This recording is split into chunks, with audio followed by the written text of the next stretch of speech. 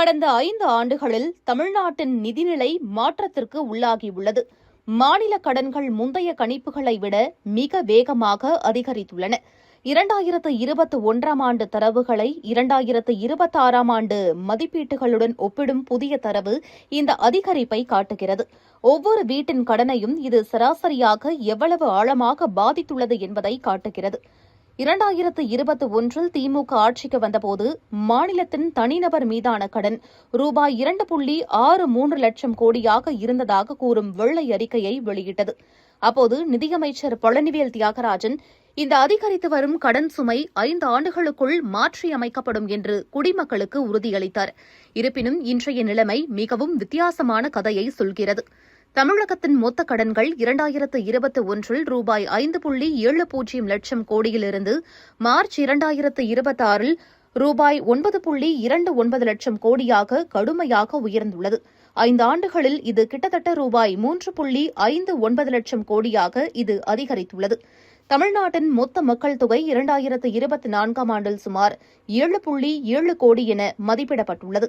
தேசிய புள்ளி விவரங்கள் 2025இன் படி மாநிலத்தின் சராசரி குடும்ப அளவு 3.4 ஆகும். அதன்படி இன்று தோராயமாக 2.2 கோடி குடும்பங்கள் என தெரிய வருகிறது.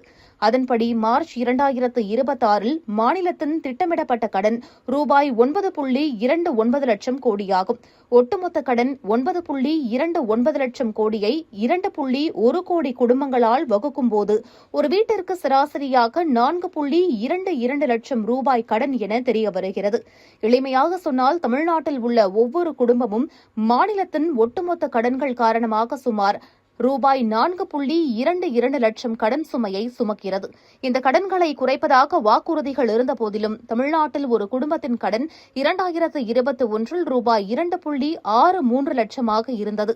அது இப்போது வரும் 2026இல் சுமார் ரூபாய் 4.22 லட்சமாக உயர உள்ளது. இதன் விளைவாக ஸ்திரத்தன்மை அல்லது நிலைத்தன்மையை உருவாக்க தவறியுள்ளனர். இவர்களின் நிதி சார்ந்த முடிவுகளுக்கு குடும்பங்கள் தங்களை விலை கொடுக்கும் ஒரு நிலை ஏற்பட்டுள்ளது. திமுகவின் தவறான நிர்வாகமும் நிதி நிர்வாகமும் ஒவ்வொரு தமிழருக்கும் பெரும் கடனை ஏற்படுத்தியுள்ளன. இது அவர்களை தலை நிமிர்ந்து நிற்க விடுவதில்லை, மாறாக அவமானத்தையே ஏற்படுத்துகிறது என்பது குறிப்பிடத்தக்கது.